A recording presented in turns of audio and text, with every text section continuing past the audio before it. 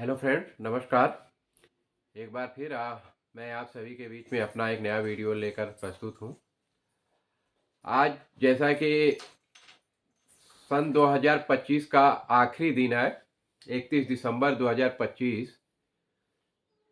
इस 2025 के दौरान क्या चीज़ सबसे ज़्यादा चर्चा में रहा टेक्नोलॉजी में, उसके बारे में हम बात करेंगे कि उसका 2025 में उसके द्वारा क्या क्या किया गया और कहाँ यूज हुआ, और आगे आने वाला 2026 में उसकी डिमांड कितनी बढ़ने वाली है। 2025 के ट्रेलर को देखें तो 2026 में उसका डिमांड और ज़्यादा ही रहने वाला है। हम बात कर रहे हैं एआई का। एआई ने एक मरे हुए पिता से बात करवाई, क्योंकि एआई एक ऐसा टूल बन चुका है कि वो सेम टू सेम व्यक्ति को बना सकता है, उसकी आवाज़ को कॉपी कर सकता है, कोई डिफरेंस आपको नज़र नहीं आएगा। और तो और ये ऑपरेशन थिएटर तक भी पहुंच चुका है। रोबोट, एआई रोबोट जो है ऑपरेशन थिएटर तक पहुंच गया है, और उसने वहाँ पे ऑपरेशन भी किया है। गॉल ब्लैडर का, पित्ताशय जो बोलते हैं, उसका ऑपरेशन किया, और उसने उसको अपने हिसाब से समझ करके अपना ही कमांड देके कैसे कहाँ पे करना है, वो रोबोटिक जो एआई है उसने किया। ये बात है जॉन्स हॉपकिंस यूनिवर्सिटी के लेबोरेटरी में। गॉल ब्लैडर यानी पित्ताशय की सर्जरी, एक रोबोट है, एआई रोबोट, जिसका नाम है SRTH। 2025 में पहली बार बिना इंसान के हाथ लगाए एआई रोबोट ने गॉल ब्लैडर यानी पित्ताशय की सर्जरी की। यह एक्सपेरिमेंट अमेरिका के जॉन हॉपकिंस यूनिवर्सिटी की लेबोरेटरी में किया गया। सर्जरी के दौरान रोबोट ने खुद फैसले लिए और कॉम्प्लिकेशन के मुताबिक अगले कदम में सुधार किया। हालांकि ये सर्जरी रियल इंसान के शरीर पर नहीं था, बल्कि सिमुलेटेड मरीज पर की गई।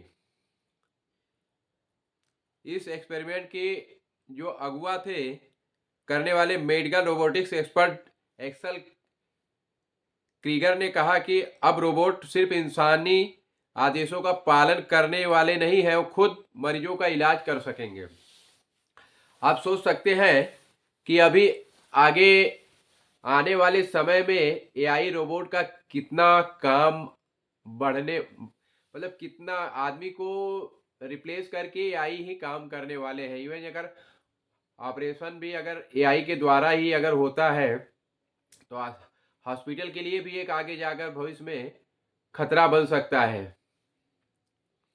इसी साल एआई के बड़े बड़े अस्पताल में सर्जन का भरोसेमंद साथी भी बना, जहां पर ब्रेन और हार्ट के दौरान एआई सिस्टम में रियल टाइम में खून के बहाव, टिश्यू की हलचल और सर्जिकल में इस्तेमाल होने वाले औजारों की पोजीशन की मॉनिटरिंग की।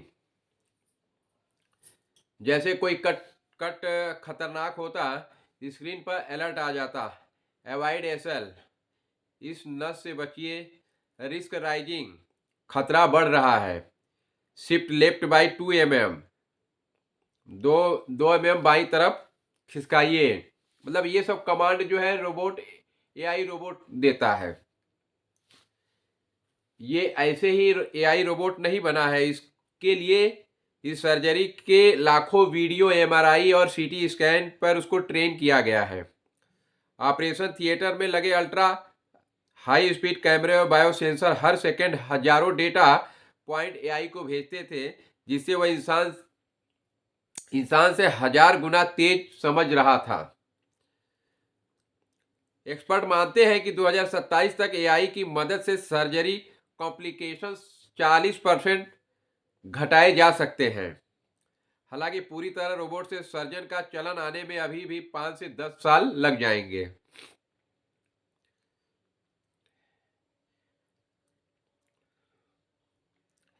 एआई के वेलव्यू शहर में रहने वाले मोहम्मद औरंगजेब अहमद के पिता का एक दशक पहले निधन हो गया था। वो उन्हें याद करते थे और अपने बच्चों को उनके दादा से मिलवाना चाहते थे। औरंगजेब ने दिवंगत पिता का एआई सिमुलेशन बना लिया, जिसे वह ग्रैंडपा बोट कहते हैं। ये बोट रियल टाइम में उनके पिता की तरह बात कर सकता है और सवालों का उन्हीं की तरह जवाब दे सकता है। दूसरे देशों में भी इस तरह की एआई टेक्नोलॉजी में लाई जा रही है। एक दक्षिण कोरियाई महिला ने एआई और वर्चुअल रियलिटी की मदद से अपनी मृत बेटी से मुलाकात की, जबकि चीन में एक इंजीनियर ने अपने दादा का सिमुलेटेड अवतार बनाया। इस घटना ने दुनिया भर में ग्रीप टेक पर बहस तेज कर दी है, जहां एआई न सिर्फ यादें संजोता है बल्कि उन यादों को इंटरैक्टिव बातचीत की शक्ल भी दे देता है। कहने का मतलब ये है कि एआई जो है आगे जा करके कहीं ना कहीं इंसान के सपनों को भी साकार कर सकता है। अगर इस तरह उसे बहुत सारे काम आप करवा सकते हैं, बट क्या है, अगर एआई अगर काम करने लगेगा तो इंसान का क्या होगा? जहाँ पे घर पे एक लोग मेड रखते थे काम के लिए, और आगे जाके भविष्य में लोग रोबोट ही रख लेंगे घर के अंदर काम करने के लिए, तो कहीं ना कहीं इंसान की नौकरी पे भी खतरा पड़ सकता है।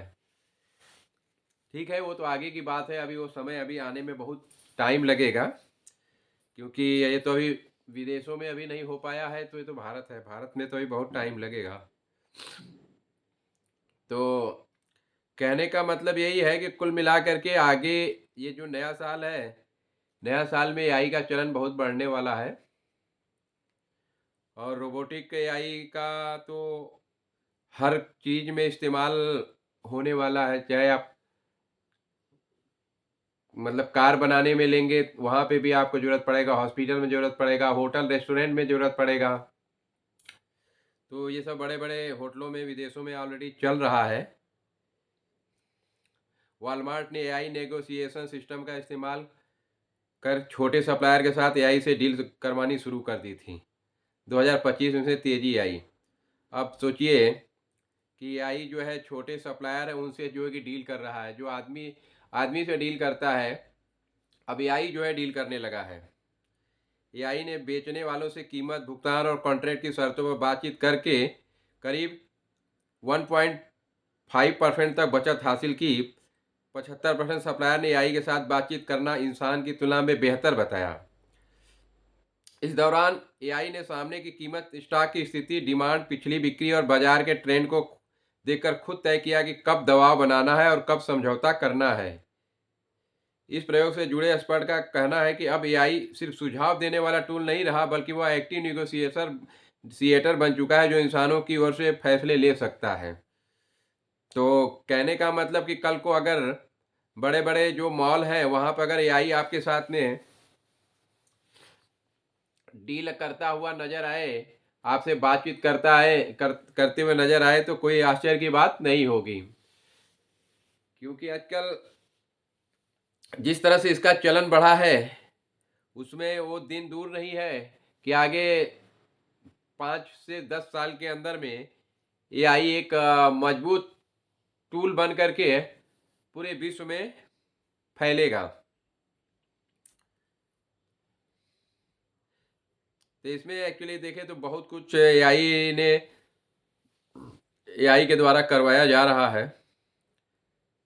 तो दोस्तों, मेरा आज का वीडियो मैं यहीं पे विराम देना चाहूँगा। बस आज ये 2025 का आखिरी दिन है, तो हम उम्मीद करते हैं कि आप सभी का नया साल 2026 खुशियों से भरा हुआ हो। आप एक अपने लिए कुछ अगर कर सकते हैं, अपनी लाइफ में कुछ चेंज करना चाहते हैं, तो आज उसके लिए आप एक शपथ ले सकते हैं कि आप पूरे साल इस चीज़ से बचना चाहेंगे। वो आप डिसाइड करेंगे कि आपको ऐसी कौन सी चीज़ है जिसे आपको बचने की ज़रूरत है या कुछ नया करने की ज़रूरत है। तो मित्रों, आप सभी को 2025 साल की बहुत बहुत, बीते हुए साल की तो बधाई तो क्या देंगे, बधाई तो नए साल की दी जाती है। तो आप सभी को नए साल की बहुत बहुत बधाई, जो कि भारत में करीब मुझे लग रहा है कि 1 घंटे के बाद में शुरू हो जाएगा। धन्यवाद मित्रों, गुड नाइट।